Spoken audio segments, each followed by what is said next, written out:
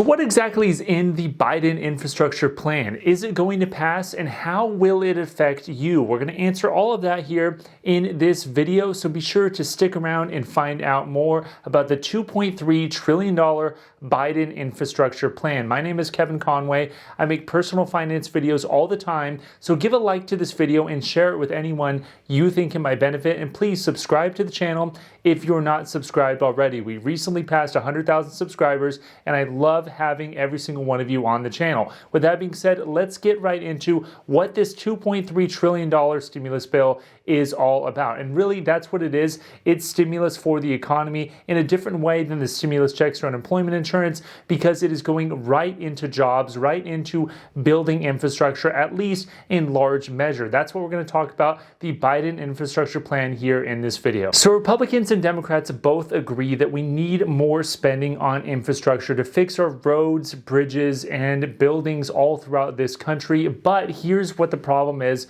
with this bill. The Republicans are calling it a Trojan horse for liberal priorities, and the Democrats are pushing back and saying, no, it is not. This is exactly what we need. We need spending on all of these different areas. The price tag is $2.3 trillion. That's trillion with a T. I'm going to talk about how we're going to pay for it later on in this video. So this bill will likely be passed via reconciliation, meaning it probably won't have any Republican support in it at all, due to the things that are actually contained in the bill, which we're going to go over in just a little bit. It's going to be passed via reconciliation, which is a budget tool that means that you only need 50 Senate votes to pass the bill and have the tiebreaker come from the vice president. And the bill has to be related to budget matters, and that's what it is, because this is a budget matter here.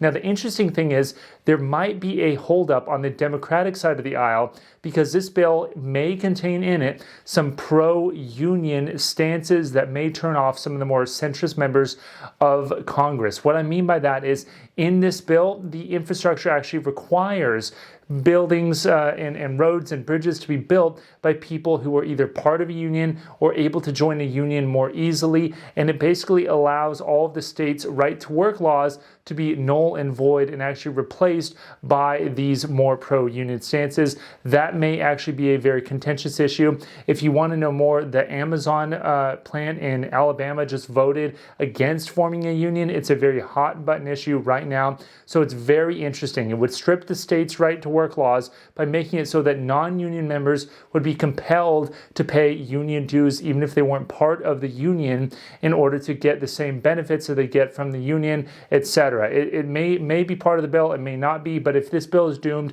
it's because of that stance. All right, so what is exactly in this Biden infrastructure bill? Well, it's really two parts. The first is what you and I probably think of as normal, typical infrastructure. That is, roads, bridges, airports, waterways, those sorts of things, the traditional instrumentalities of commerce, people using those to get to and from or transfer goods to and from a certain area. That's part of the bill. Another part of the bill is social infrastructure, stuff to actually help the United States better prepare against pandemics, better prepare against being outcompeted by people like China, countries like China, and also money for affordable housing or elderly care, the social infrastructure, if you will, which is really the piece that the Republicans have the biggest problem with. So let's talk about the traditional infrastructure, money for roads, bridges, airports.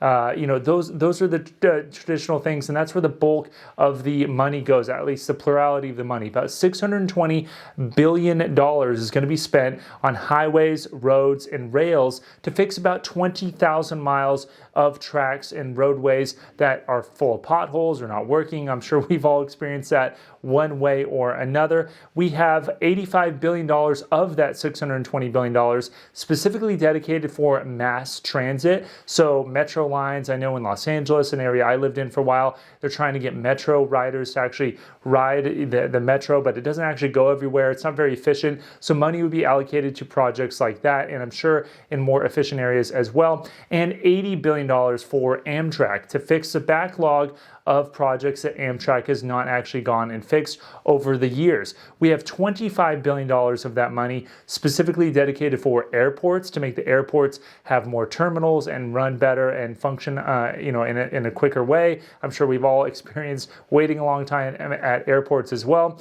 And we have $17 billion for ports, so waterways to actually get goods to and from, because most goods are transferred via shipping, and so when it comes in, it actually needs to be moved out, and they need to make these ports a little bit deeper for these massive ships. So we also have $111 billion for replacing all lead pipes in the country. See how this bill is shifting a little bit away from the traditional sense of infrastructure. This is still related to infrastructure, but I think this is where a lot of people start to lose it a little bit when they see that it's not exactly narrowly tailored. I'm not saying it's a bad idea, but this is why, while it is called an infrastructure bill, it really is a stimulus bill. It really contains in it a lot more than just the traditional things that you and I would think of as infrastructure. We have $111 billion for replacing 100% of all lead pipes in the entire country with non-lead pipes so that we don't have lead poisoning. We know that that is a big issue in certain areas,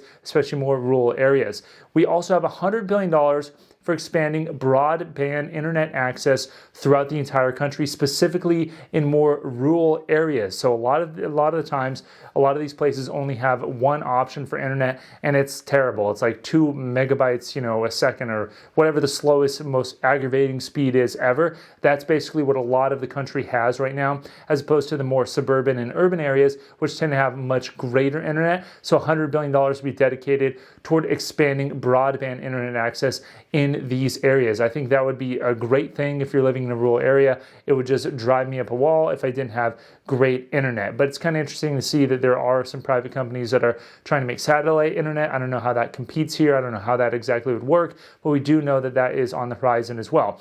We also have $174 billion specifically dedicated for electric vehicles and electric vehicle incentives. So we have money for charging stations, for tax credits to buy an electric vehicle, all of these things to get more people driving electric vehicles as opposed to internal combustion engine, gasoline-powered vehicles. Let me know what you guys think about any of these things in the comments below. I want to hear what you say. I love electric vehicles. They're pretty cool. I'm looking at a couple right now, and it is interesting to see that there may be more of a tax incentive to purchase one. Let me know if you have an electric vehicle or if you're thinking about getting one, and this tax incentive would incentivize you to get one. We also have federal building mandate for only clean energy and replacing all postal service cars with electric vehicles. So all postal service cars switching to electric, and all federal buildings must get all of their power from clean energy sources. That's part of what that $100 billion is going to be dedicated to doing, to getting these buildings off the more carbon impacting source of energy. Some other key things are $100 billion for electric grid updates and incentives for clean energy production to be carbon neutral, or actually carbon free, by 2035 throughout the entire country, the entire electric grid carbon free by 2035, which is kind of, in the guise of making this more clean, right? Everyone's going to be on electric cars, but if you're still getting your energy from, carbon sources that's making the electricity, it's not really that big of a deal, but you switch it all to clean energy and that accomplishes the goal there. Now we're moving on to the less, the much less involved infrastructure spending here. We have $200 billion for housing to retrofit for all clean energy. I guess this is infrastructure in a way. We have $200 billion for that. And of that, we have specific money, $40 billion dedicated for affordable housing, making more affordable housing in areas that need more affordable housing, people that can't normally live in that area. I guess the idea is then they wouldn't have to commute so far. It wouldn't be as burdensome on the environment, and that would help out infrastructure-wise. Now we have $400 billion, which is a big chunk of money. If you notice, it's the second biggest amount next to the $620 billion for roads and waterways and bridges. We have $400 billion for elderly care, money dedicated to helping out the elderly, to actually giving them resources where they could actually, live a more comfortable life. $400 billion for that. Again, not related to infrastructure. This is what's going to be attacked by the Republicans. I expect these amounts of money, or these entire categories, to go away if they want to get any bipartisanship on the passage of this bill whatsoever, and they may want to have bipartisanship if they want to include other things such as the pro-union mandates, certain things that may not be related to the budget strictly and may not be able to be passed via reconciliation. We also have $100 billion for upgrading public schools. This is in a broad sense, taking care of a lot of those backlogs of projects that haven't been done. And then we have something very interesting here in this bill, something that I haven't really seen much of the United States do at all, but I think is probably a really smart thing, even if it's not directly related to infrastructure per se. And that's $180 billion for research and development in semiconductors and advanced computing. And we also have $300 billion for bolstering at-home production for PPE and other things to help with pandemics, and at-home production for semiconductor manufacturing and mitigating risk of future pandemics by being able to create more things here. The reason why I think this is so interesting is because it seems right now that we are heavily reliant upon other countries, specifically areas like China, to manufacture a lot of the things that we use in our everyday life.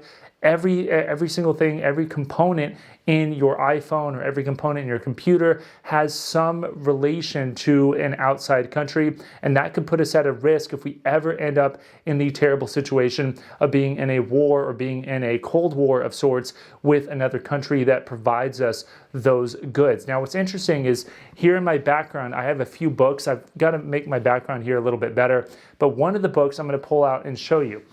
And it's related to this infrastructure plan right here. So if you get a chance, this is a great book. This talks a lot about what China is doing to advance their economy in all the things that are going to be future industries, right? So advanced computing, semiconductors, autonomous vehicles, AI, whatever it is. They are pouring government resources into developing new technologies and to incentivizing industries to develop in certain areas so that they could be competitive and ultimately the world leader in these fields that are going to be the future industries. And this right here, this section of the Biden infrastructure bill reminds me a lot of what China is doing and what they have been doing in the recent past. And I think it's probably a pretty smart thing. I want to hear what you guys think in the comments below. That book is terrific. It really is. It's, I highly recommend it. I don't actually do book recommendations. If you guys want me to, let me know in the comments below. And I read all the time, and I'd be happy to share a couple of the books that I really like. But I really like that portion of this bill. Let me know what you guys think in the comments. All right, so let's talk about how we're going to pay for this infrastructure bill. It sounds all good in theory. We can, upgrade everything, but how are we actually going to pay for it? Well, there's really a few key areas that the Biden administration is looking at right now in order to fund this bill. Now, they range from the following: a gas tax, a mileage tax, a corporate income tax increase, monetizing the electric grid, or borrowing money to make up the difference between what they have in the bank and what they don't have, which is mostly all of it. So let's talk about some of the provisions here and why I think they are going to get a lot of pushback from the Republicans or even other centrist Democrats. First thing is the gas tax. This is a tax that we all pay right now. If you go to the pump, not 100% of what you spend there goes to the provider of the gas. A portion of it, depending on what state you live in, goes to taxes, state and federal taxes. The federal government has a certain tax. I think it's around 25 cents or so per gallon for a gas tax. So every time you use gas, 25 cents or so goes to the federal government per gallon that you use. The problem with that is that people say that this is a regressive tax, meaning it actually affects the people at the lower end of the spectrum in a greater proportion than it does people at the higher end of the income spectrum, because people who are at the lower income spectrum tend to drive as much as people who are on the higher end, maybe even a little bit more, but as a proportion of their income, they're spending more money on gas, and a higher tax on gas is a much greater tax as a portion of their income than somebody who makes a lot more. And it's a regressive tax in a way. It affects the people at the lower end, which is not what the government wants. They want a progressive taxation system where if you make more money, you pay more in taxes. That is actually deeply unpopular by both the Republicans and the Democrats, so I don't think that is how we're going to fund it. We also have a mileage tax here, which is different than a gas tax because it doesn't just affect those who use gasoline for their cars. It affects everybody. If you drive an electric vehicle, you would be paying a mileage tax. If you drive a gas vehicle, you would also be paying a mileage tax. You would register your car mileage probably at your DMV or whatever it is at the beginning of the year, and then the end of the year, and then calculate how many miles you've driven, and they tax you accordingly. Now, the problem with this is that it would disincentivize electric vehicle consumption because it would tax it just as much as gasoline vehicles. In addition to that, it also would be a regressive form of taxation, again, for the same reasons as the gas tax. So I think that has a bigger problem too. I know personally that would be very annoying to have to log my miles for the government. It already is annoying doing so for my business. Now, the corporate income taxes, this is actually where I think we're going to see the increase. Right here, the corporate income tax is 21% in the United States compared to 28%, which is where they want to raise it, and 35%, which is what it was before the so-called Trump tax cuts. The problem with raising corporate income taxes, however, is that it would make the United States less competitive globally than it would if the United States kept their corporate income tax where it was. Now, this is not my opinion. This comes directly from the Tax Foundation. Let me read it to you. The 2017 tax reform in the United States brought the statutory corporate income tax rate from among the highest in the world closer to the middle of the distribution.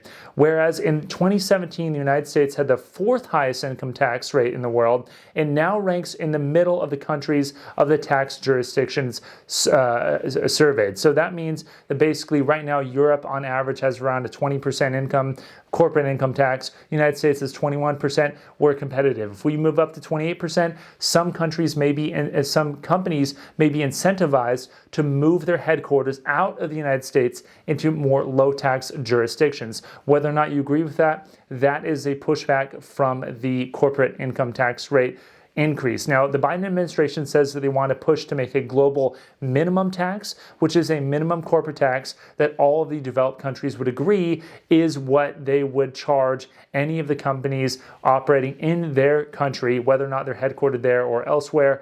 And as a result, it would allow the United States to mitigate some of the moving their headquarters into other areas to avoid taxes problem. But the problem with that is we would probably give up some sovereignty to do so, and there's no real incentive for a lot of these countries that have very low corporate taxes to join that sort of agreement. If you're in Ireland, for example, and you have an 11% corporate income tax or so, why would you want to join a global minimum tax, which is greater than that? One of the big exports that you have really is that you have low income taxes there. And so that would really be kind of an interesting thing. It would require all this coordination. I think it's very, very difficult to actually get behind that as well. And we also have the biggest problem with the corporate income tax is that the Democrats are not all on board with it. They need all 50 votes, and we know that Joe Manchin is not on board with raising the corporate income tax.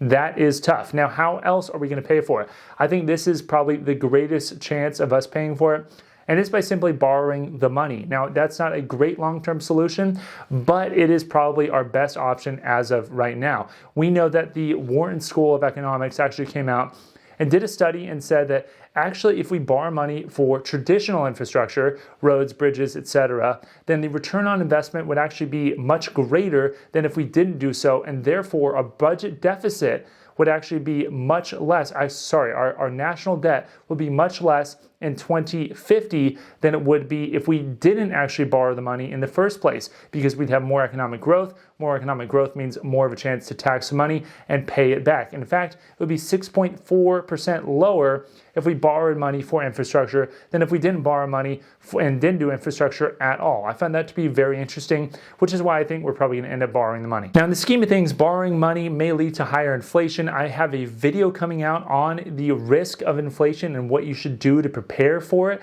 later on. And so I'm going to be breaking that down. But for now, that's what we know about the Biden infrastructure plan. I'll be making follow-up videos detailing the status of it, what changes actually have occurred, and what you should do to prepare for this infrastructure plan. Let me know what you think in the comments below. Leave any comments or questions you have. Give a like to this video and subscribe to the channel if you're not already, and I'll see you next time. Thanks.